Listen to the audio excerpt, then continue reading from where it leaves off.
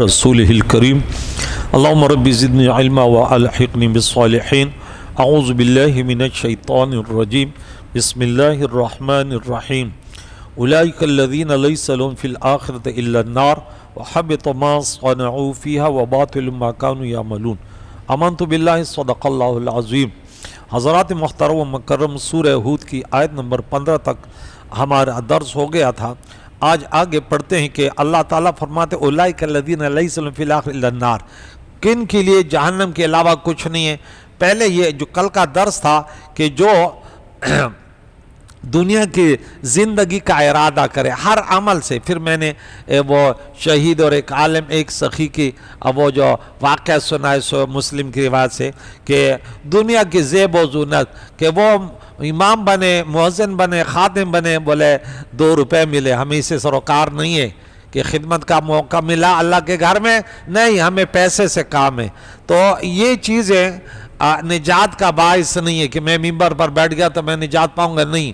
جب تک کہ میری نیت یہ نہ ہو کہ میں دین کی تبلیغ اللہ کے رضا کے لیے کروں گا، اگر محلے والے میری کچھ خدمت کریں گے ٹھیک ہے، ورنہ میں فی سبیل اللہ کروں گا۔ میں یہ عالم دین کی یہ نیت ہے، مؤذن کی یہ نیت ہو، خادم کی یہ نیت ہو، سمجھ آئی؟ اللہ تعالیٰ میں اچھی اچھی نیتیں، کوئی بھی عمل ہو اسے اللہ کی رضا کا ارادہ کیا جائے۔ یہاں جو ہم نے کل آیت نمبر 200 بتائی دی کہ وہ حج کے ذریعے وہاں جا کر وہاں کہتے ہیں یہاں دعائیں قبول ہوتی، ڈھیر دنیا مانگنے کے، تو اللہ نے کیا فرمایا؟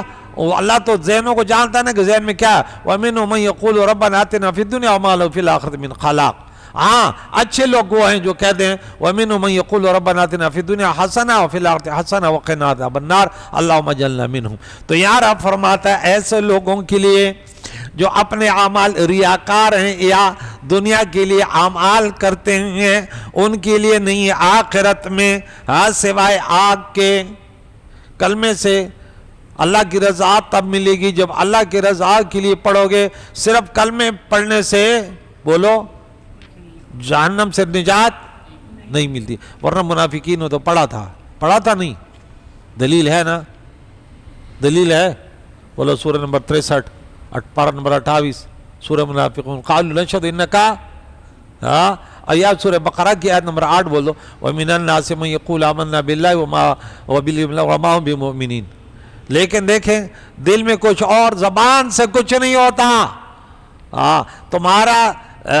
ذہن بھی صحیح ہو اور تمہارے ارادے بھی اچھے ہو، تمہارا کردار بھی اچھا ہو، ظاہر و باطن سب چمکدار ہو۔ یہ نہیں کہ میرا دل صاف ہے، بے نمازی کہتے میرا دل صاف ہے، ہاں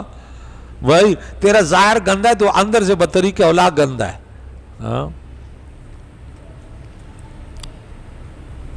وَحَبِطَ مَا صَنَعُوا، ختم ہو گئے اعمال، ضائع گئے جو انہوں نے کیا، فیا اس دنیا میں کوئی فائدہ نہیں ہے، وَبَاطِلٌ مَا كَانُوا يَعْمَلُونَ، اور جو وہ کرتے تھے وہ برباد ہیں، باطل ہیں۔ باطل اس کو کہتے ہیں جس کا وجود ہی صحیح نہ ہو،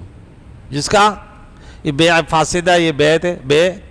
باطلہ ہے۔ فاسد ابتدائی طور پہ تو صحیح ہو لیکن آگے جا کے خراب ہو جائے کچھ شرطیں وغیرہ۔ باطل جیسے آپ انسان کو بیچ رہے ہیں تو اس کی بنیاد ہی صحیح نہیں ہے، وہ میں بھی بند ہی نہیں سکتا۔ بعض لوگ جیسے عورت کو بیچتے ہیں تو بے فاسد ہے، وہ تو انسان تو آزاد ہے بھائی، وہ نہ مبیع بند ہے نہ سمن۔ ان لوگوں کو میں اکثر ڈراتا ہوں جو کہتے بیٹی دے دیں گے، بیٹی دے دینا، وٹا سٹا، یہ انہوں نے وہ لگا ہے۔ جو جواز کی صورت ہے وہ الگ ہے۔ ہم مولوی مجھ سے اس بات پہ لڑے نہیں، کیونکہ جو وٹا سٹا میں مولوی پھنسے ہوئے نا وہ بولے گا بھائی مولوی ہمیں بھی پھنسا رہا ہے، اس کے خلاف کوئی سازش کرو، تیرا پتہ چل جائے گا وٹا سٹا۔ اللہ تعالیٰ جتنے صحیح طریقے سے جو غلط تعویلیں کر کے نا یہ بڑے فسادی ہوتے ہیں، جو کرتے تھے سب ختم۔ افمن کان علی بینۃ من ربی، کیا وہ جو اپنے رب کے طرف سے بینہ پر ہو، روشن دلیل پر ہو، وَيَتْلُو، یہاں پہ وہ اس کی تلاوت کرے کے معنی میں نہیں ہے، اور اس کا ساتھ دے شاہدن، ایک گواہ منہ اللہ کے طرف سے، وہ خود بھی دلیل پر ہو اور اللہ کے طرف سے کیا ہو، گواہ بھی ہو اس کا ساتھ بھی دے، اور اس سے قبل وَمِن قبل کتاب موسیٰ، اور اس سے قبل موسیٰ علیہ السلام کی کتاب جو رہنما اور کیا ہے، رحمت ہے، تو وہ ان منکروں کے برابر ہو سکتا ہے جن کا ذکر پہلے وہ نہیں ہو سکتی۔ اولئک یؤمنون بھی، یہ لوگ ایمان لاتے اس قرآن پر، ومن یکفر، اور جو کفر کرے گا بھی اس قرآن کا، من الاحزاب، گروہ میں سے یہودیوں کا گروہ، عیسائیوں کا جتنے بھی، فالنار و موعدہ، تو جہنم اس کا ٹھکانہ ہے، فلا تکو، اے سننے والے مت ہو، فی مریۃ منہ، اس قرآن کے طرف سے، ہاں اس کے متعلق اللہ کے طرف سے شک میں نہ ہونا، یہ برحق ہے، انہ الحق، یہ حق ہے، میں ربک، آپ کے رب کے طرف سے ہو، ولکن اکثر الناس، لیکن اکثر لوگ لا یؤمنون، وہ ایمان نہیں لاتے۔ اس پر تھوڑی سی گفتگو کرتے ہیں کہ یہ سے مراد کیا ہے۔ اس آیت کا معنی ہے کہ جو شخص اللہ کی طرف سے دلیل پر ہو اور اس کے پاس اللہ کی طرف سے گواہ بھی ہو، یعنی حضور علیہ السلام یا مؤمنین اہل کتاب، کیا یہ لوگ ان لوگوں کے طرح ہو سکتے ہیں جو دنیا کی زندگی اور اس کی آسائش کو طلب کرتے ہیں؟ علامہ قرطبی نے لکھا کہ شاید سے مراد حضور علیہ السلام کا چہرہ مبارکہ ہے۔ اس نے کچھ زیادہ تفسیر لکھی ہے، لیکن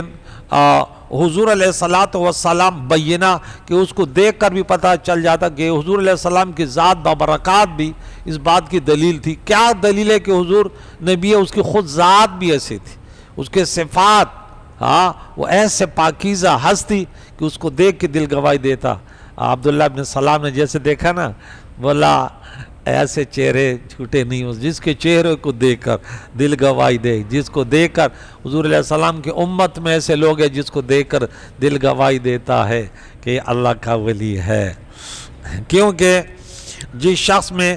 ذرا بھی عقل ہو، جب وہ حضور علیہ السلام کے رخ انور کی طرف دیکھے گا تو فوراً یقین کر لے گا کہ آپ اللہ کے رسول ہیں۔ ایک قولیہ کے بینات، دلیل سے مراد اللہ تعالیٰ کی معرفت ہے، جس سے دل روشن ہے، اور شاید سے مراد عقل اور فطرت سلیمہ ہے جس پر انسان کو پیدا کیا گیا ہے۔ ابو ہریرہ رضی اللہ تعالیٰ عنہ نے فرمایا، ہر بچہ فطرت پر پیدا ہوتا ہے، پس اس کے ماں باپ ان کو یہودی یا نصرانی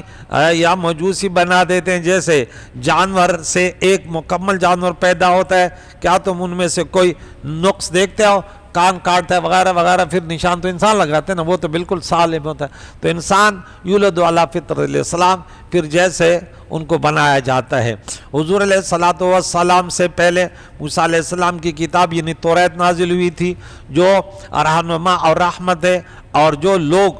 اس نبی اکرم صلی اللہ علیہ وسلم پر ایمان رکھتے ہیں وہ لوگ ان لوگوں کی طرح نہیں ہو سکتے جو دنیا کی زندگی اور اس کے آسائش کو طلب کرتے ہیں۔ اور فرمایا، اور تمام فرقوں میں سے جس نے بھی اس نبی کے ساتھ کفر کیا، اس کی سزا جہنم ہے۔ ابو ہریرہ رضی اللہ تعالیٰ عنہ فرماتے ہیں کہ پیارے آقا دو جہان نے فرمایا، اس ذات کی قسم جس کے قبضے میں مجھ محمد صلی اللہ علیہ وسلم کی جان ہے، اس امت میں کوئی شخص بھی ایسا نہیں ہے جو میری نبوت کی خبر سنے، خواہ وہ یہودی ہو یا عیسائی، پھر وہ شخص اس حال میں مرے کہ وہ میرے لائے ہوئے دین پر ایمان نہ لایا ہو تو وہ شخص جہنمی ہے۔ حضور علیہ السلام جب دنیا میں جلوہ گر ہوئے، حضور کا پیغام جس تک پہنچا، اب اس پر ایمان لانا فرض ہو گیا۔ حضور علیہ السلام کو ماننا فرض ہے، یہ شرط اول ہے حضور علیہ السلام پر ایمان لانا۔ اچھا، یہود نصارہ کی خصوصیت اس لیے ذکر فرمایا کہ وہ اہل کتاب ہیں، اور جب اہل کتاب پر یہ واجب ہے کہ وہ آپ کے رسالت پر ایمان لائے، تو دوسروں پر بطریق اولا واجب ہے کہ وہ حضور علیہ السلام پر، جو غلط ہے وہ تو لازمی، اہل کتاب تو پھر بھی کتاب کو مانتے تھے، جنت جہنم کو مانتے، اس کے لیے اب اس کو برقرار رکھنا کہ قبول کب ہوگا کہ حضور کے امتی میں آ جاؤ۔ حضور علیہ السلام فرمایا کہ موسیٰ علیہ السلام بھی زندہ ہوتے تو میرے اتباع کے علاوہ عیسیٰ علیہ السلام بھی دنیا میں آئیں گے تو رسول اللہ صلی اللہ علیہ وسلم کے اتباع میں آئیں گے۔ اچھا، اب یہ کہ جس تک رسول اللہ صلی اللہ علیہ وسلم کا پیغام نہ پہنچا ہو، غیر متمدن دنیا میں رہنے والوں، جنگل بیابان میں، دیہاتوں میں، جہاں تک حضور علیہ الصلوۃ والسلام کی رسالت کا پیغام نہ پہنچا ہو، تو اس کے بارے میں کیا ہو کہ قاضی عیاض بن موسیٰ مالکی متوفی 544 لکھتے ہیں، اس حدیث میں یہ دلیل ہے کہ جو شخص زمین کے دور دراز علاقوں میں رہتا ہو یا سمندر کی جزیروں میں رہتا ہو، جو آباد دنیا سے منقطع ہو اور اس کو اسلام کی دعوت نہ پہنچی ہو اور حضور علیہ السلام کی ظہور اور آپ کے بعث کی خبر نہ پہنچی ہو، تو اگر وہ آپ پر ایمان نہ لائے تو اس سے گرفت نہیں ہوگی، اسے گرفت نہیں ہوگی، کیونکہ آپ نے فرمایا ہے جس نے میری نبوت کی خبر سنی اور مجھ پر ایمان لائے بغیر مر گیا تو وہ جہنمی ہوگا۔ لہذا آپ کی معرفت اور آپ پر ایمان لانا اس پر موقوف ہے کہ کوئی شخص آپ کے معجزے کا مشاہدہ کرے اور آپ کے ایام حیات میں آپ کی صدق کو جانے، اور جس نے مشاہدہ نہیں کیا اس تک آپ کی دعوت نبوت کی خبر پہنچی ہو، اس کے برخلاف اللہ پر نہ پہنچی ہو، تو اس پر حضور علیہ السلام کی رسالت کو ماننا نہیں، لیکن اس کے برخلاف اللہ پر ایمان لائے اور اس کے توحید کو ماننا ہر شخص پر ضروری ہے۔ اللہ تعالیٰ کی وحدانیت کا پیغام کسی نے دیا ہو نہ دیا ہو، اللہ کو واحد لا شریک ماننا ہر ایک انسان پر ضروری ہے، اور حضور علیہ الصلوۃ والسلام کی رسالت کا پیغام جس تک، لیکن اب تو سوشل میڈیا کا دور ہے، اب تو ایسے ہو ہی نہیں سکتا کہ نہ پہنچا ہو۔ تو اللہ تعالیٰ کی توحید کو ماننا ہر شخص پر ضروری ہے، خواہ متمدن دنیا میں نہ ہو اور غیر آباد علاقوں میں رہتا ہو، کیونکہ اللہ تبارک و تعالیٰ نے ہر انسان کو عقل عطا کی اور غور فکر کر کے ہر شخص اللہ کی ذات اور اس کی توحید کی معرفت حاصل کر سکتا ہے۔ تو اللہ تعالیٰ کریم نے فرمایا کہ یہ لوگ جن کے پاس دلائل ہیں، دلائلوں سے یہ بھی کہ عبداللہ ابن سلام بھی، اس نے بھی گواہی دی، کتنے اہل کتاب اور جو راسخ فی العلم تھے انہوں نے حضور علیہ الصلوۃ والسلام کے دست اقدار پر بیعت کر کے مسلمان ہوئے، اور دنیا کے کونے کونے میں ایسے کوئی جگہ نہیں ہے جہاں پہ مسلمان نہیں ہے، اور پھر وہ آگے اللہ تعالیٰ کی وحدانیت، رسول اللہ صلی اللہ تعالیٰ علیہ وسلم کی شریعت کے مطابق یہ پیغام پہنچاتے ہیں۔ علماء کا فریضہ ہے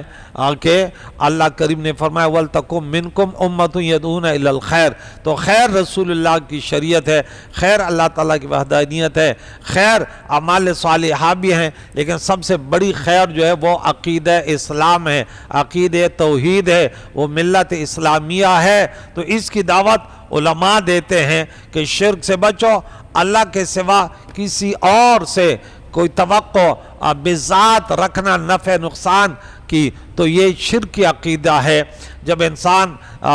دین اسلام کو قبول کرتے، آج الحمدللہ دنیا کے کونے کونے میں ہر زبان سے تعلق رکھنے والے مسلمان موجود ہیں۔ الحمدللہ ہم مسلمانوں کے گھروں میں پیدا ہوئے اور پھر صحیح عقیدہ نصیب ہوا کہ ہم ان فرقوں میں نہیں ہیں جو بدعتی فرقے کہلاتے ہیں، کہ آج کبھی جو ہے نا قرآن میں تحریف کی کوشش کرتے ہیں، کبھی ان کے پڑھنے میں کوشش کرتے ہیں، دوسروں پر یہ لوگ بکے ہوئے لوگ ہوتے ہیں، کبھی کہتے ہیں یہ تراویح صحیح نہیں ہے، تو کبھی کہتے ہیں یہ فلاں صحیح نہیں ہے، تو کبھی کہتے ہیں فلاں صحیح نہیں ہے۔ اللہ تعالیٰ ان معترضین سے امت مسلمہ کو اپنے حفظ و امان میں رکھے، خصوصیت کے ساتھ جو اب آج کل ماہ رمضان کے متعلق کہ افطاری جلدی کر لیتے ہو، ان پر نکات پیش کرتے ہیں، صرف ان کا مدعا یہ ہوتا ہے کسی طریقے سے عوام کو شبہات میں ڈالیں کہ ان علماء نے 1400 سال دین کی خدمت صحیح نہیں کی، لہٰذا آج ہم آئیں تحقیق کر کے یہ مینڈک کے کنویں پتہ نہیں کون سے کنویں سے نکل آ رہا ہے۔ یہ بھی سوچ کی بات ہے کہ بھائی قرآن میں صریح الفاظ ہے حتی یتبین لکم الخیط الابیض من الخیط الاسود، یعنی 1400 سال کسی کو پتہ نہ چلا اس کنویں کے مینڈک اس بدعتی کو آج پتہ چلا، تو کہتے ہیں آپ کی سحری بھی غلط، آپ کے جو ہے صبح صادق کے وقت روزہ بند کرنا